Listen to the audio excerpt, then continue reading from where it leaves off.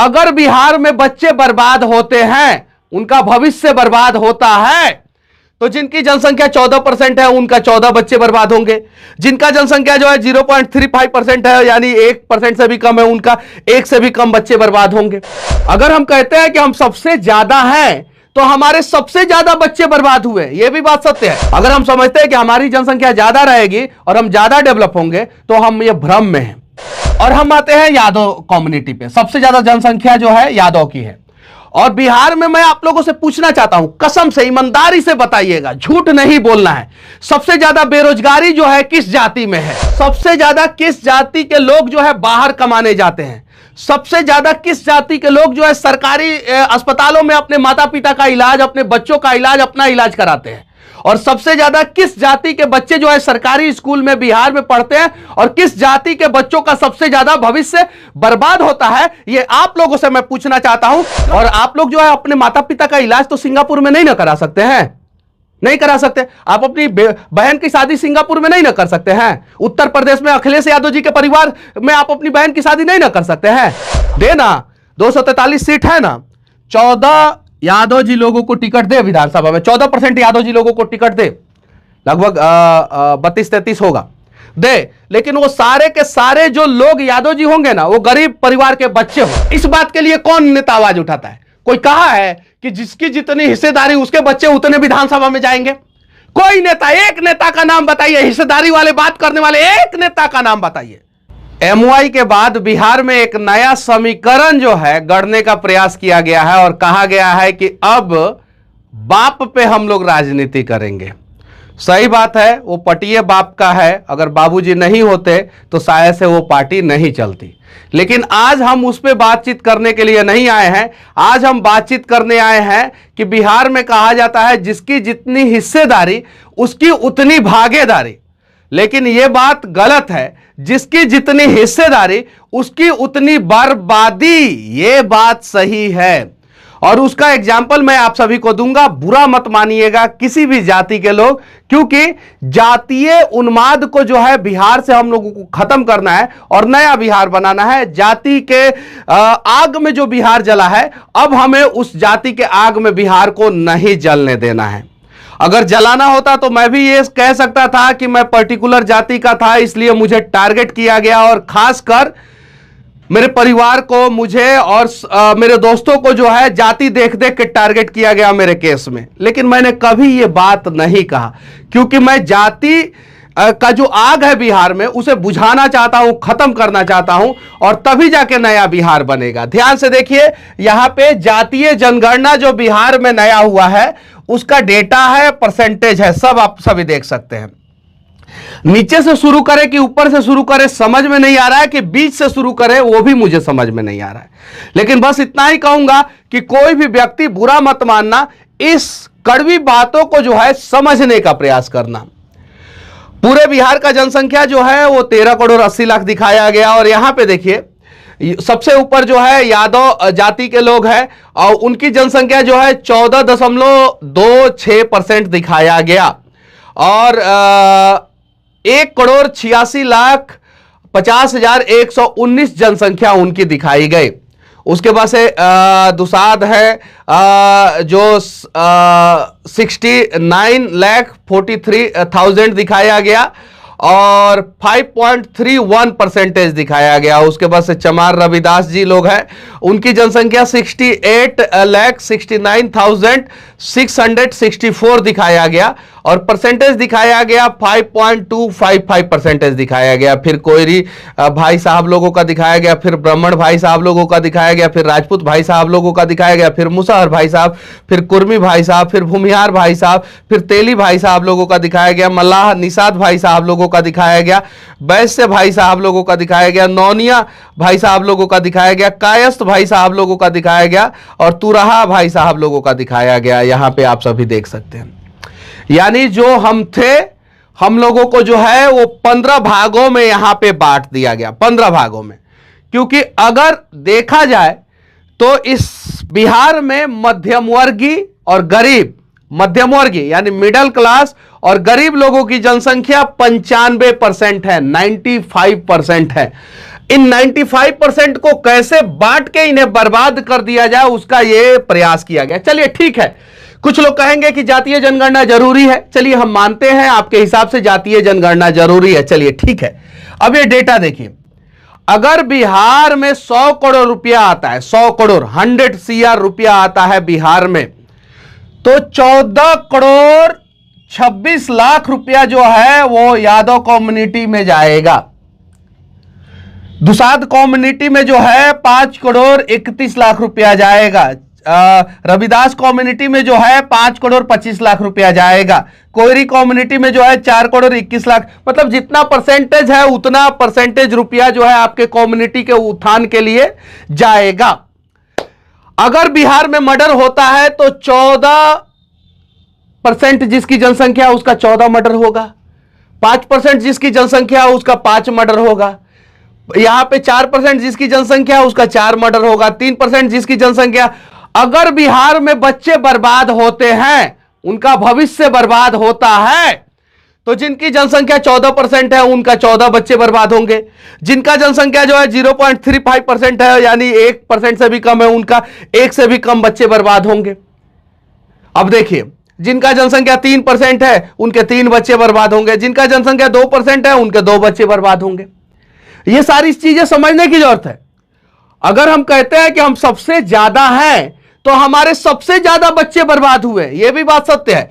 अब चलिए एक दूसरा मैं डेटा आप लोगों को दिखाना चाहता हूं, यहां पे देख लीजिए आप लोग। यहां पे दूसरा डेटा पूरे देश का है, 2011 सेंसेक्स के हिसाब से है। देखिए, हिंदुओं की जनसंख्या जो है लगभग 80% है, 96 करोड़ है। मुसलमानों की जनसंख्या 14.23% है, 17 करोड़ है पूरे भारत में। क्रिश्चियन का जनसंख्या 2.3% है, 2 करोड़ के आसपास है। सिख का जनसंख्या 1.72% है, 2 करोड़ के आसपास है। बौद्धिस्ट की जनसंख्या 0.70% है, 84 लाख है। और जैन की जनसंख्या 0.37% है, 44 लाख है जैन। और अदर रिलीजन जिसमें पारसी और भी बाकी सारे लोग आते हैं, उनका लगभग 80 लाख के पास जनसंख्या है। अब यहां पे शुरू करते हैं। अब मैं आप लोगों से पूछना चाहता हूं, क्या जिसकी सबसे ज्यादा जनसंख्या उसका सबसे ज्यादा विकास हुआ है? यहां पे चलिए उसको छोड़ दीजिए, बिहार वाला डेटा को छोड़ दीजिए, इस डेटा पे आते हैं। नहीं, यहां पे जैन कम्युनिटी की संख्या देखिए 0.3% है, यानी 1% से भी कम, आधा % से भी कम इनकी जनसंख्या है देश में। और ये सारे लोग बिजनेसमैन हैं, सारे के सारे लगभग सारे लोग बिजनेसमैन हैं। इन्हीं के कम्युनिटी मड़वाड़ी, इन्हीं लोगों को कहा जाता है मड़वाड़ी। अडानी जो है इन्हीं के कम्युनिटी से आते हैं। और इस देश में लगभग, ये डेटा थोड़ा सा गलत सही हो सकता है, लगभग 60% बिजनेस पे, 60% कैश फ्लो पे जो है इन लोगों का कब्जा है, जैन वाले का। जनसंख्या कम है, डेवलपमेंट ज्यादा है। यानी अगर आप सोचते हैं कि हमारी जनसंख्या ज्यादा होगी और डेवलपमेंट होगा, तो यह भ्रम है। जैसे पूरे दुनिया में अगर देखा जाए तो यहूदियों की जनसंख्या सबसे कम है, रिलीजन वाइज देखा जाए तो यहूदी जो इजराइल के हैं। और सबसे अमीर अगर रिलीजन वाइज देखा जाए तो यहूदी है। चलिए, जैन के बाद बौद्धिस्ट आते हैं, सिख आते हैं। यहां पे देखिए उनकी जनसंख्या जो है 1.72% है, सिर्फ 1.72। और सिख में कोई भी भीख नहीं मांगता है, कोई भीख नहीं मांगता है सिख कम्युनिटी में। ये देखिए जनसंख्या सिर्फ और सिर्फ 2% से भी कम, 0.25%। क्रिश्चियन जो है 2.25% है, उनमें भी कोई भीख नहीं मांगता है। लेकिन जब ऊपर आते हैं 14% और 80% पे, तो इनकी क्या स्थिति है, हिंदू और मुसलमान के डेवलपमेंट की क्या स्थिति है, बताने की जरूरत नहीं है। अगर हम समझते हैं कि हमारी जनसंख्या ज्यादा रहेगी और हम ज्यादा डेवलप होंगे, तो हम ये भ्रम में हैं। हम जैन जैसे लोगों के रास्तों पे चलेंगे तब जाके हमारा डेवलपमेंट होगा, हम सिख जैसे लोगों के रास्तों पे चलेंगे तब जाके हमारा डेवलपमेंट होगा। अब बिहार पे फिर से आ जाते हैं। यहां पे नीचे देखिए कायस्थ है 14 नंबर पे, देख सकते हैं। इनकी जनसंख्या जो है पूरे बिहार में जो है सिर्फ और सिर्फ 7,85,000 है, ऑल ओवर बिहार। लेकिन आप जाइएगा देखिएगा, बड़े बड़े IAS IPS कोर्ट में वकील, बड़े बड़े जगहों पे, बड़े बड़े कंपनियों में जब जाके देखिएगा तो इन्हीं लोगों का भरमार है, क्योंकि इन्हें पता था कि जनसंख्या बढ़ाने से जो है अगर डेवलपमेंट होता तो शायद जो है बहुत सारे लोगों का डेवलपमेंट हो जाता। इन लोगों ने फोकस किया कि नहीं, हमें किसी भी हाल में अपने टैलेंट का इस्तेमाल सही ढंग से करना है, और सबसे ज्यादा डेवलपमेंट इन लोगों का हुआ। देख सकते हैं, देखिए कायस्थ लोगों का, यह यूनिवर्सल फैक्ट है, इसे आप झुठला नहीं सकते हैं। मतलब आप अपने संख्या को ताकत बनाना चाहते हैं तो यह पॉसिबल नहीं है कि उसको ताकत बना के आप डेवलपमेंट के भी रास्ते पे आ सकते हैं, यह पॉसिबल नहीं है। संख्या को ताकत बनाइए, लेकिन उसके साथ साथ आपको यह भी ताकत बनाना होगा कि हमें आखिर करना क्या है। और हम आते हैं यादव कम्युनिटी पे, सबसे ज्यादा जनसंख्या जो है यादव की है। और बिहार में मैं आप लोगों से पूछना चाहता हूं, कसम से ईमानदारी से बताइएगा, झूठ नहीं बोलना है, सबसे ज्यादा बेरोजगारी जो है किस जाति में है? ईमानदारी से कसम से बताइएगा, सबसे ज्यादा बेरोजगारी जो है किस जाति में है? सबसे ज्यादा किस जाति के लोग जो है बाहर कमाने जाते हैं? सबसे ज्यादा किस जाति के लोग जो है सरकारी अस्पतालों में अपने माता पिता का इलाज, अपने बच्चों का इलाज, अपना इलाज कराते हैं? और सबसे ज्यादा किस जाति के बच्चे जो है सरकारी स्कूल में बिहार में पढ़ते हैं? और किस जाति के बच्चों का सबसे ज्यादा भविष्य बर्बाद होता है? ये आप लोगों से मैं पूछना चाहता हूं, कमेंट में आप लोग बताइए, क्या आप अपने बच्चों के भविष्य को बनाने के लिए एक लड़ाई नहीं लड़ सकते हैं? अगर नहीं लड़ सकते हैं ना, तो मैं दावे के साथ कहता हूं कि अगली बारी आप ही की होगी, और बिहार बर्बाद होगा ना, उसमें सबसे ज्यादा योगदान जो है आप ही का होगा। बिहार अगर बनेगा भी ना, तो उसमें सबसे ज्यादा योगदान आप ही का होगा। तो चलिए ना बिहार को बनाते हैं, जातीय जंजीरों से ऊपर उठ के, जातीय समीकरण से ऊपर उठ के, जातीय आग से ऊपर उठ के। अब जो है हमें नेताओं के बच्चों के भविष्य के लिए नहीं लड़ना है, हमें बाप वाले पार्टी के लिए नहीं लड़ना है, जो बाप का समीकरण लाते हैं, माई का समीकरण लाते हैं, और बाप माई के चक्कर में जो है ना पूरे बिहार को बर्बाद कर देते हैं। तो वैसे समीकरण में अब हमें नहीं पड़ना है, अब हम अपने बच्चों के भविष्य के लिए लड़ाई लड़ेंगे। मनीष कश्यप को साइड कर दीजिए, कोई दिक्कत नहीं है, मनीष कश्यप को पसंद मत कीजिए, कोई दिक्कत नहीं है, मनीष कश्यप का जम के विरोध कीजिए, ठीक है, सब कुछ बर्दाश्त होगा, लेकिन बिहार को नया बिहार बनाने में आप सभी योगदान दीजिए। क्योंकि अगर नया बिहार बनेगा तो 14 बच्चे आपके भी बचेंगे, 5 बच्चे आपके भी बचेंगे, 5 बच्चे आपके भी बचेंगे, 4 बच्चे आपके भी बचेंगे, 3 बच्चे आपके भी बचेंगे, 3 3 3, 2 बच्चे 2 बच्चे 2 बच्चे आपके भी बचेंगे। बच्चों का भविष्य, आपके भी बच्चों का भविष्य बनेगा। ये चीजें समझने की जरूरत है, और अगर हम नहीं समझेंगे ना, तो ऐसे भी बिहार जो है भारत का सबसे पिछड़ा राज्य से भी 40 साल पीछे है। अब बताइए, बिहार की राजधानी पटना है, जब बिहार में पूरा सरकार मिलकर सिर्फ ट्रैफिक सिस्टम को दुरुस्त नहीं कर पाया, सिर्फ ट्रैफिक सिस्टम, बाकी सब तो छोड़ दीजिए, पहला प्रायोरिटी होता है किसी भी स्टेट के लिए कि वहां के शहरों का ट्रैफिक सिस्टम दुरुस्त हो। बिहार के किसी भी शहर का, किसी भी बाजार का, किसी भी डिस्ट्रिक्ट हेडक्वार्टर का, किसी भी ब्लॉक का, किसी भी अनुमंडल का जाकर ट्रैफिक सिस्टम देख लीजिए, एकदम पूरा ध्वस्त है। उसके बाद आते हैं हॉस्पिटल पे, हॉस्पिटल का व्यवस्था देख लीजिए, पूरा खत्म है। उसके बाद आते हैं हम लोग जो है स्कूलों पे। अब बताइए, नियम लगता है यहां पे कि 9 बजे बच्चे पढ़ने जाएंगे और 5 बजे स्कूल से आएंगे, फिर उसको काट के बनाया जाता है 10 बजे जाएंगे और 4 बजे आएंगे। क्या यह सही नियम है? नहीं। जब प्राइवेट स्कूल के बच्चे जो है 7 बजे स्कूल जाते हैं, तो सरकारी स्कूल के बच्चे 10 बजे काहे जाएंगे? सरकारी स्कूल के भी बच्चों को सुबह 7 बजे स्कूल भेजिए और 1 बजे घर भेज दीजिए, ताकि 1 बजे जब घर आएंगे वो ना, तो 1 बजे से लेकर 6 बजे तक उनको समय मिलेगा, वो स्पोर्ट्स में जाएंगे, वो अपना कोचिंग में जाएंगे, वो कुछ भी करेंगे। भात रेल के जाते हैं बच्चे 10 बजे पूरा भर पेट ऐसे भर थरिया खा के, 10 बजे तक तो कोई भी जाएगा भर थरिया खा के, और आते हैं 4 बजे पूरा थका हारा, एकदम पूरा सा परेशान, और आके सो जाते। क्यों ऐसा सिस्टम लगाया गया कि सरकारी स्कूल के बच्चे जो है 10 बजे जाएंगे और प्राइवेट स्कूल के बच्चे जो है वो 7 बजे स्कूल चले जाएंगे पढ़ने?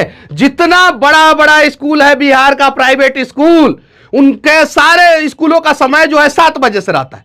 ज्यादा गर्मी आता है तो 6 बजे हो जाता है, और मैक्सिमम जो है 8 बजे से रहता है, मैक्सिमम, उसके बाद नहीं होता है। तो बिहार के सरकारी स्कूलों का भी समय जो है 8 बजे से लेकर 2 बजे तक कर दीजिए, 8 से 2 कर दीजिए, 8 से 1 कर दीजिए। इतने देर में तो बच्चे पढ़ लेंगे। 1 बजे के बाद आएंगे बच्चे, थोड़ा सा आराम करेंगे, 1 घंटे सोएंगे और उसके बाद से जाएंगे खेलेंगे और उसके बाद से जाएंगे कोचिंग वोचिंग करेंगे और फिर राजा बेटा बन जाएंगे सरकारी स्कूल के भी बच्चे। लेकिन देखिए हमें कैसे गुमराह करके रखा गया। उस पर भी मैं एक स्पेशल वीडियो बनाऊंगा, लेकिन उस पर मैं नहीं, आज मैं इस पे हूं। तो हमें यादव बनना है, दुसाध बनना है, रविदास बनना है, कोयरी बनना है, ब्राह्मण बनना है, राजपूत बनना है, मुसार बनना है, कुर्मी बनना है, भूमियार बनना है, तेली बनना है, मल्लाह बनना है, बैस बनना है, नौनिया बनना है, कायस्थ बनना है, तुरहा बनना है, कि हमें एक सच्चा भारतीय बनते हुए एक सच्चा बिहारी बनना है। यह आप लोगों को निर्णय करना है। अगर आप लोग आज निर्णय कर लिए, समय है, डिजिटल युग है, ऐसे भी हम लोग बहुत पीछे हैं, बहुत पीछे, बिहार बहुत पीछे है। मतलब कि बिहार जो है 21वीं शताब्दी में अभी इन भी नहीं कर पाया है, और 21वीं शताब्दी का ये 24 साल हो चुका है। 24 साल मतलब 24वां साल चल रहा है 21वीं शताब्दी का। हम लोग अभी भी जो है 20वीं शताब्दी में ही है, डेवलपमेंट के मामले में, सोच के मामले में, हर चीज के मामले में। और अगर मैं गलत बोल रहा हूं तो आप मेरी बातों को काटिए कि मनीष तुम गलत बोल रहे हो और ये डेटा नहीं, ये डेटा है, आप काटिए, लॉजिकली काटिए, गाली गलौज नहीं कीजिएगा प्लीज, विनती है आप सभी से, क्योंकि मैं आपके बच्चों के भविष्य के लिए लड़ रहा हूं।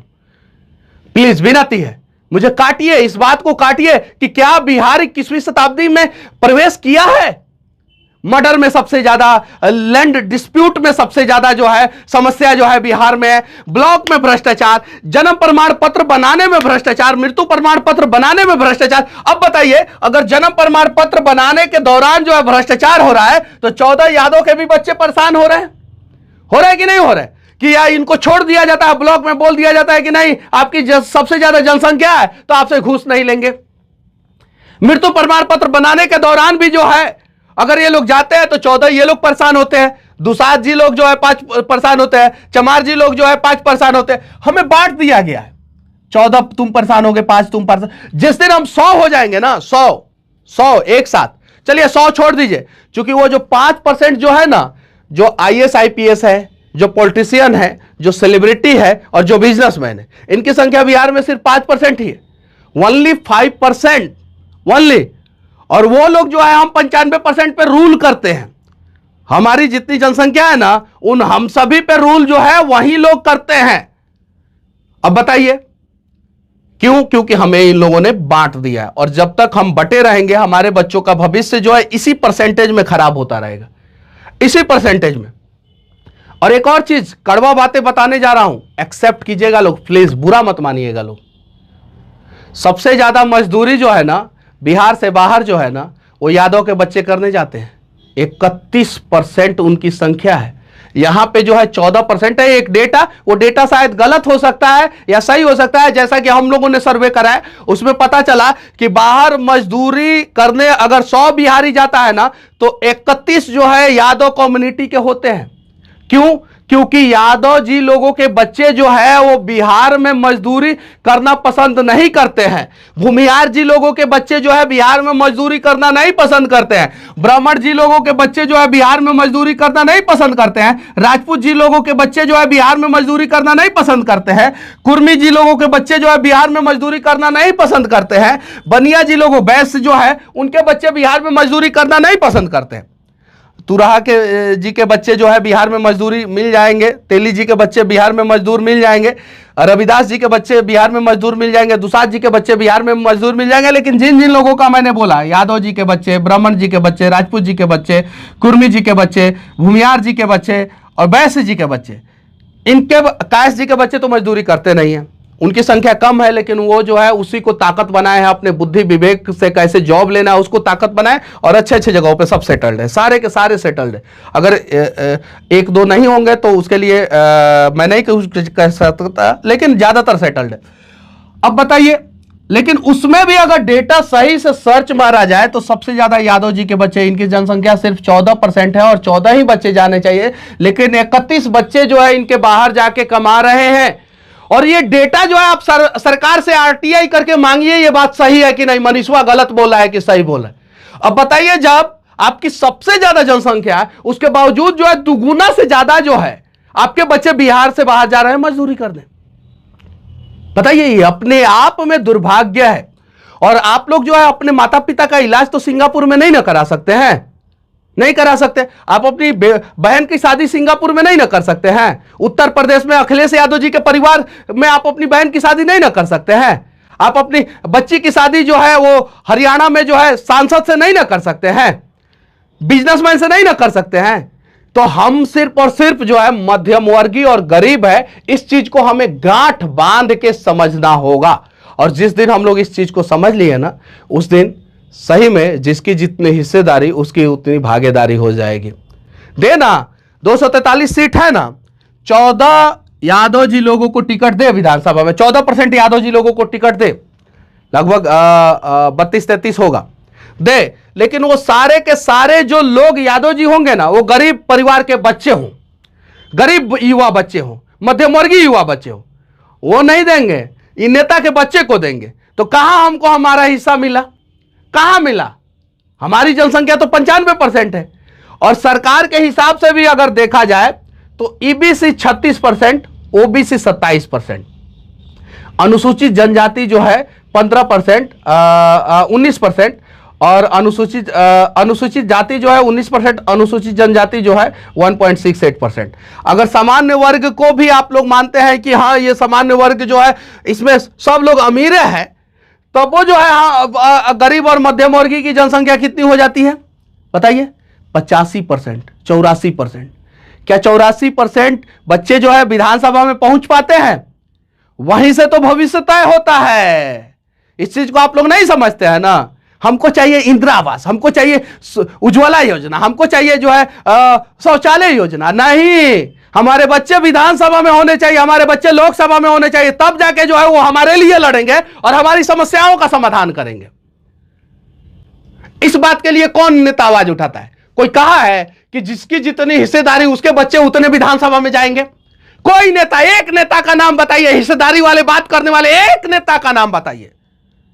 नहीं कहेंगे ये बात। और जब शादी ब्याह होता है ना, तो सब जातीय समीकरण भूल के जो है ना एक साथ एक मंच पे बैठ के वो लोग जो है ना मस्त बिरयानी और चिकन बिरयानी, मटन बिरयानी और पनीर पकौड़ा और शाही पनीर, मलाई कोफ्ता, ये सब खाते हैं। उसमें कोई कार्यकर्ता और कोई गरीब का बच्चे, गरीब आदमी को जो है इनविटेशन कार्ड मिलता है? नेता होता बच्चे के शादी में किसी गरीब आदमी को इनविटेशन मिलता है क्या? बताइए आप लोग, बताइए। आप उसी नेता के जाति के ही हो, इनविटेशन मिलता है?